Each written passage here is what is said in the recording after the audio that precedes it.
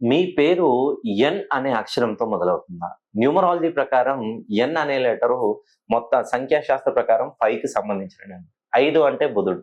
ఈ ఎన్ అనే అక్షరంతో పేరు మొదలైన వాళ్ళ వివాహ జీవితంలో ఎస్ గాని, ఎల్ గాని, సి అనే అక్షరాలతో పేర్లు మొదలయ్యే వాళ్ళు వీళ్ళ జీవితంలో వివాహం అనేది ఆటరాదు. లేదా 3, 12, 21, 30 ఈ తేదీలలో వీళ్ళ వివాహ తేదీలున్నా, వీళ్ళ డేట్ ఆఫ్ బర్త్‌లు ఉన్నా గూడా కొద్దిపాటి సమస్యలు ఎక్కువగా వస్తాయి.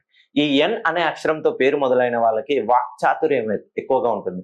ఎవరినైనా ఇట్టే అట్రాక్ట్ జేస్తారు. తమ మాటలతో మెస్మరైజ్ చేస్తుంటారు. అలానే ఏదైనా సాధించాలి అనుకుంటే పట్టు వదలని విక్రమార్కుల్లాగా ఆ పని కంప్లీట్ అయ్యేంత వరకు దానిపైనే కార్యదీక్ష పూనుకొని ఆ పని అయిపోయేంత వరకు ఒకటే పని అన్నట్టుగా ముందుకు సాగుతారు.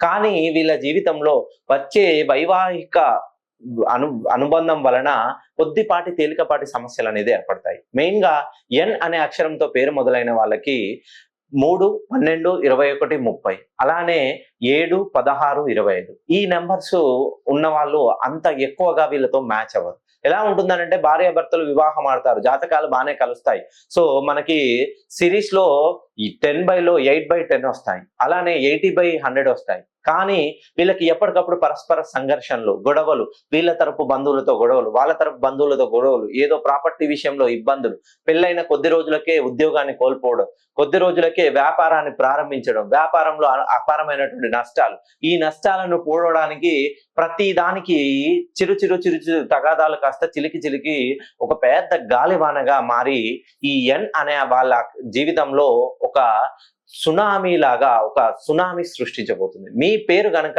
ఎన్ అనే అక్షరంతో మొదలైతే